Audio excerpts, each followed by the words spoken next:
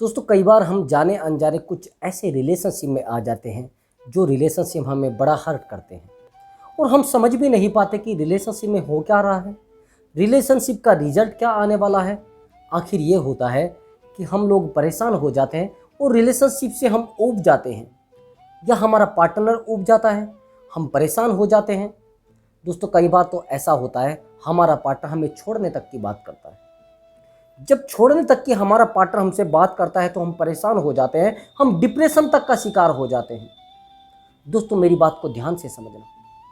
कई बार तो ऐसा होता है हम एक ऐसे इंसान से प्यार कर लेते हैं जो इंसान हमारे लायक तो होता नहीं, लेकिन फिर भी हम उस इंसान पर विश्वास करके उससे प्यार कर बैठते हैं। और जब प्यार कर बैठते हैं तो प्यार की हम गहराई तक पहुंच जाते हैं और इस गहराई तक पहुंच जाते हैं कि वो इंसान हमारी बातों को समझना बंद कर देता है, यहाँ तक कि हमारे साथ रहकर हमें बोलता है कि आप हमारे पास से चले जाइए। दूसरी बात, हम समझ नहीं पाते कि रिलेशनशिप में हो क्या रहा है। क्या वो इंसान सच में हमसे प्यार करता है या वो इंसान हमें छोड़ना चाहता है? क्या वो इंसान केवल और केवल मस्ती करने के लिए हमारे साथ आया था? दोस्तों ऐसे ही कुछ क्वेश्चन मेरे पास, कुछ कमेंट मेरे पास आए हुए थे जिनके जवाब मैं आज की इस वीडियो में दूंगा और मैं बड़ा सोच रहा था कि इनके रिप्लाई करूं। मैंने ये वीडियो विशेष उन्हीं लोगों के लिए बनाई है जिनके कमेंट आए हुए थे। मुझे बार बार एक कमेंट आता था कि सर आप रिप्लाई तो करिए। अब मैंने ये जो वीडियो बनाई है विशेष कमेंट करने वालों के लिए बनाई है। अभी मेरी बात को ध्यान से समझना। मैं जो कमेंट बता रहा हूँ, मेरे पास एक लड़की का कमेंट आया है। वो कह रही सर मैं एक शादीशुदा लड़के से प्यार करती हूँ, लेकिन वो लड़का अपनी लाइफ से खुश नहीं है, यानी अपनी मैरिड लाइफ से खुश नहीं है, लेकिन वो मुझसे भी शादी नहीं कर रहा है और उसको भी छोड़ नहीं रहा है। तो ऐसा क्या है सर? मैं परेशान रहती हूँ। मुझे लगता है कि वो लड़का अपनी मैरिड लाइफ से खुश नहीं है। बिल्कुल आपकी बात जायज़ है और आपकी बात सटीक भी है। वो अपनी मैरिड लाइफ से खुश नहीं है, लेकिन वो आपको भी समय नहीं दे पा रहा है और उधर दूसरी साइड भी समय नहीं दे पा रहा है। दूसरी बात आपने बोली है कि वो उसको छोड़ भी नहीं रहा है। अभी मेरी बात को ध्यान से समझना। भाई पहले आया था या बेटा पहले आया था, इस एग्जाम्पल से आपको पूरा समझ में आ जाएगा। जाहिर सी बात है कि भाई पहले आया था तो आप भाई को छोड़ोगे या बेटे को छोड़ोगे? आप पहले उसकी लाइफ में आए थे या वो महिला उसकी लाइफ में आई थी जो उनकी पत्नी है? अब आप कहोगे सर कि वो पत्नी उनकी लाइफ में पहले आई थी। दूसरी बात, अगर उस इंसान के बच्चे भी हैं, यानी बेटा है या बेटी है, एक अलग चीज है। अब जब बेटा या बेटी है तो जाहिर सी बात है उनको छोड़ने में उसको बड़ी दिक्कत होगी। वहां पर उसका अटैचमेंट एक पारिवारिक अटैचमेंट बन चुका है और अटैचमेंट इतना गहरा बन चुका है, वहां पर उसका इमोशनल अटैचमेंट है, उसकी भावनाएं वहां पर जुड़ी है, उसका फ्यूचर वहां पर जुड़ा है।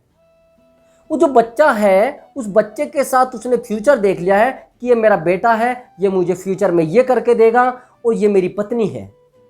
आप देख लेना, जब भी आप उस पर प्रेशर डालोगे वो बोल देगा कि मेरे पास तो अभी ये काम खत्म हो जाएगा तो मैं तुरंत आपसे शादी कर लूँगी, मैं तुरंत आपसे शादी कर लूँगा। ये थोड़ा सा काम रह रहा है, मैं यहाँ से मजबूत हो जाऊँ तो मैं तुरंत आपसे शादी कर लूँगा, मैं तुरंत आपके साथ रहना शुरू कर दूँगा। तो दोस्तों जाने अनजाने हम कुछ ऐसे रिश्ते बना लेते हैं जिनका कोई फ्यूचर नहीं होता। अब आप कहोगे सर मैं तो उससे बहुत प्यार करती हूँ। हाँ आप प्यार करते हो, मैं मानता हूँ, प्यार की कोई सीमा नहीं होती, ना उसकी कोई उम्र होती है, लेकिन आपने जिस इंसान से प्यार किया है वो इंसान आपके लिए कितना क्या कर रहा है ये भी तो आपको सोचना है ना। आप अगर अपनी लाइफ को ऐसे गुजार रहे हैं, आप समझना, मैं एक छोटी सी आपको एक स्टोरी सुनाऊंगा, छोटी सी बिल्कुल। एक बार ऐसा हुआ कि एक जंगल में एक बैठक हो गई, तो बैठक में ये किया गया कि चलो किसी को राजा बना देते हैं। अब सब लोगों ने सलाह कर ली कि चलिए अब की बार राजा हम लोग बंदर को बना देते हैं। अब जब बंदर को राजा बना दिया गया तो एक बार ऐसा हुआ, एक शेर का बच्चा और गुम हो गया। अब सारी पंचायत तुरंत पहुंची बंदर के पास। अब बंदर से कहा राजा जी एक जो शेर है इनका बच्चा गायब हो गया है, अब क्या करें? तो बंदर ने पूरी बात तो सुनी नहीं और उछल कूद करने लगा, कभी इस पेड़ पर, कभी उस पेड़ पर, उस पेड़ से उस पेड़ पर, कभी इस डाली पर, कभी उस शाखा पर। अब पूरा 2 घंटे हो गए उसको ऐसे उछल कूद करते हुए।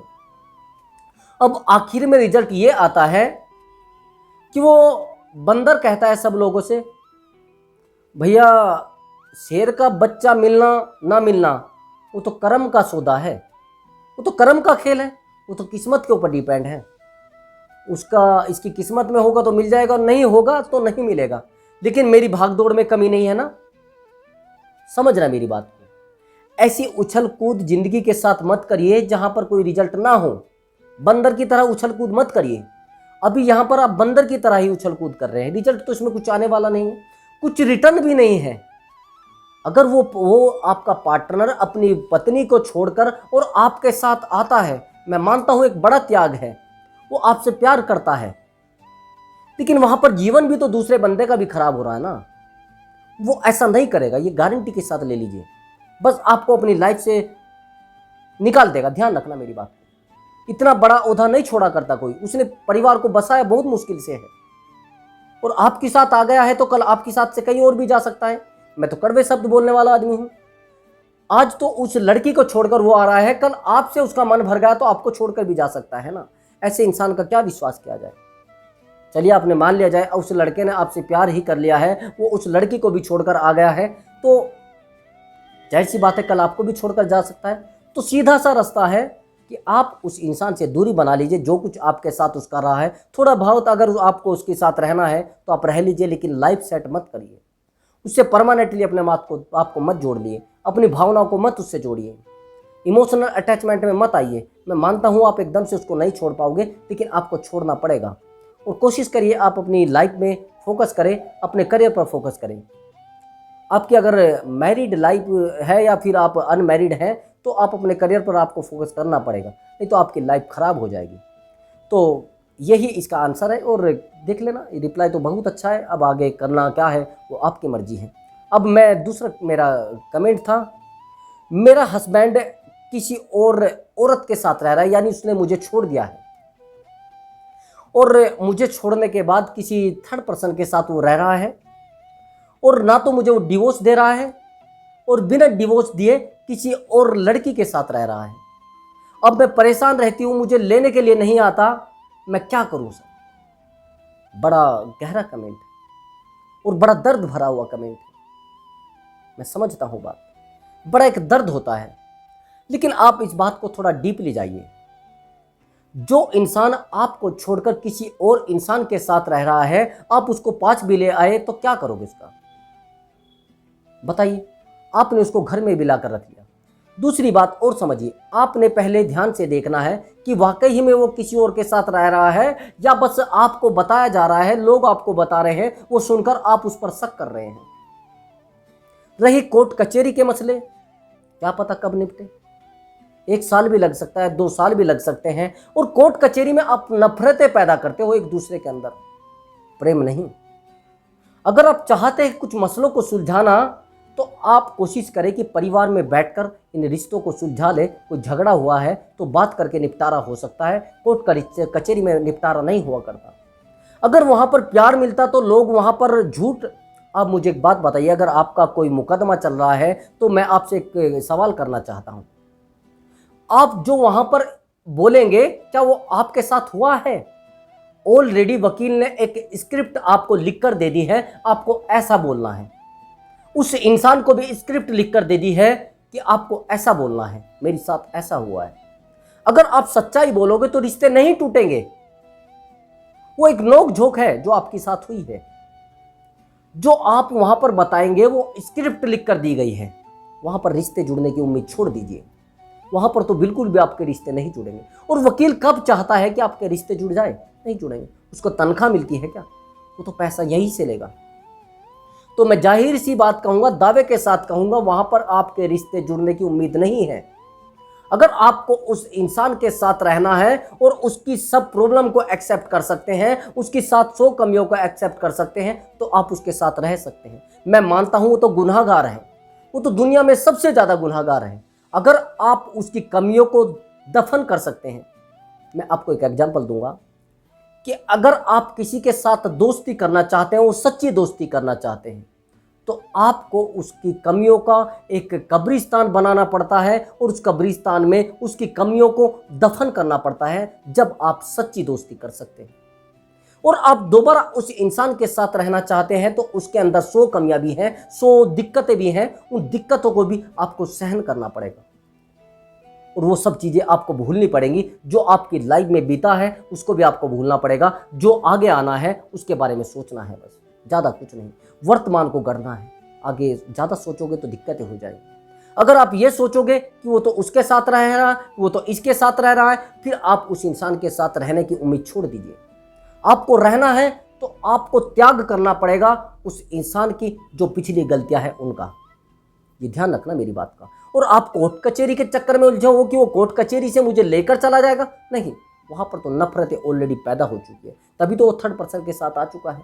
उसको पता है वहां से कुछ होने वाला नहीं है, और होगा भी क्या, थोड़े दिन बाद आपका खर्चा बन जाएगा, और खर्चा बंधने के बाद वो और ज़्यादा आज़ाद हो जाएगा। उसकी कमाई तो ठीक ठाक होगी, आपको खर्चा देता रहेगा, वो थर्ड पर्सन के साथ रहता रहेगा। सबसे ज़्यादा दर्द जो होता है वो सामाजिक रूप पर होता है और इज्जत पर होता है। वहाँ पे आपकी इज्जत को कोई फर्क, उसकी इज्जत को कोई फर्क पड़ ही नहीं रहा है। आप अकेले रहते रहिए, आप दर्द में रहिए। बेहतर रास्ता है कि उसको पंचायत में बिठाकर 10 आदमियों के बीच में बिठाकर उससे बात करें कि आप मेरे साथ रहना चाहते हैं या फिर किसी और के साथ। अगर वो किसी और के साथ रहना चाहता है तो बाइज्जत उसको बोल दीजिए, कोई बात नहीं, आप रहिए, मेरा जीवन भी चल जाएगा। आप अगर उसको ज़बरदस्ती खींचोगे, आप मुकदमों में रहोगे तो आपकी लाइफ खराब हो जाएगी, कुछ मिलने वाला नहीं है। तो मेरी यही एडवाइस है कि आप अपने रिश्तों को आराम से सुलझाइए। कोर्ट कचहरी के चक्कर में तो नफरतें पैदा होती हैं, एक दूसरे के अंदर ऐसी नफरतें पैदा हो जाएंगी, इतनी बड़ी दीवार खड़ी हो जाएगी, फिर आपके रिश्ते को कोई संभाल ही नहीं सकता। आपके रिश्ते में किसी भी प्रकार का कोई सुलझन होएगी ही नहीं, केवल उलझ सकता है। और मेरी बात एक और ध्यान रखना, अब मुझे एक बात बताइए, कोर्ट कचहरी में प्यार मिलता है क्या? बताइए मुझे। अगर प्यार मिलता तो वहां पर लोग जाते क्यों? प्यार तो आपको मिलेगा केवल उससे बातचीत करके। आप कोशिश करिए उस इंसान से व्यक्तिगत मिलने की कोशिश करिए, उससे बात करिए कि मुझे आपसे मिलना है। आप उससे कहिए कि आपकी भी लाइफ खराब हो रही है, मेरी भी लाइफ खराब हो रही है, आप कोशिश करें कि मैं आपके साथ रहना चाहती हूँ, आप मेरे साथ रहिए। जो मैंने सब किया है उसको आप भूल जाइए, जो आपने सब कुछ किया है उस पर आप पर्दा डाल दीजिए। आज के बाद एक हम नई जिंदगी की शुरुआत करते हैं, आप पिछली सब बातों को भूल जाइए। दूसरी बात, अगर आप ज़्यादा कोशिश करोगे अपने ईगो पर, आपको अपना ईगो छोड़ना पड़ेगा। और आपके अगर लाइफ में कुछ इंटरफेयर आपके फैमिली वाले कर रहे हैं, कुछ ऐसे दुश्मन, कई बार मैंने अभी मेरे पास एक क्वेश्चन आया था, क्वेश्चन का एक मैं मामले में गया हुआ था, वहाँ पर एक थर्ड पर्सन था जो उस लड़की का ताऊ था, वो अपनी केवल और केवल दुश्मनी निकालने के लिए उस लड़के को नीचा दिखा रहा था, बार बार नीचा दिखा रहा था, बार बार उसको बोलता था कि हम नहीं भेजेंगे लड़की को, हम नहीं भेजेंगे लड़की को। लड़का बड़ा रो रहा था, लड़का चाहता था कि, लड़की भी बड़े परेशान थी कि मैं अपनी लाइफ में चली जाऊं, मैं अपनी ज़िंदगी को दोबारा जीना शुरू कर दूं, लेकिन वो दुश्मनी उन दोनों के जीवन को खराब कर चुकी होती है। हम लोग अपनी दुश्मनी के चक्कर में कुछ ऐसे परिवारों का दमन कर देते हैं, ऐसे परिवारों को बिल्कुल ख़त्म कर देते हैं जो अपनी ज़िंदगी को जीना चाहते हैं। अगर आपकी लाइफ में कुछ ऐसे लोग हैं जो बार बार आपको बोलते हैं, अरे नहीं नहीं, वहाँ पर तो आपकी जाकर इज्जत खराब हो जाएगी, वहाँ पर तो आपके जाकर कुछ नहीं बचेगा, दोस्तों ये गलत है। और आप ये सोच रही हैं कि मेरी लाइफ वहां जाकर खराब हो जाएगी, नहीं। पति सबसे बड़ा सहारा होता है इंसान का, पति पति होता है, भले उसके अंदर 10 कमियां हैं, लेकिन आपके सर पर एक साया होता है। वो साया आपकी लाइफ को बिल्कुल बहुत ज़्यादा अच्छे से रखेगा। लेकिन आपकी गलती और उनकी गलती, आप दोनों को, ये क्या कोई झगड़े होते हैं क्या ज़मीनों के? मैं नहीं मानता, वो ज़मीनों के झगड़े नहीं हैं, किसी प्रकार का मारपीट नहीं है, बस केवल और केवल विचारों के झगड़े हैं।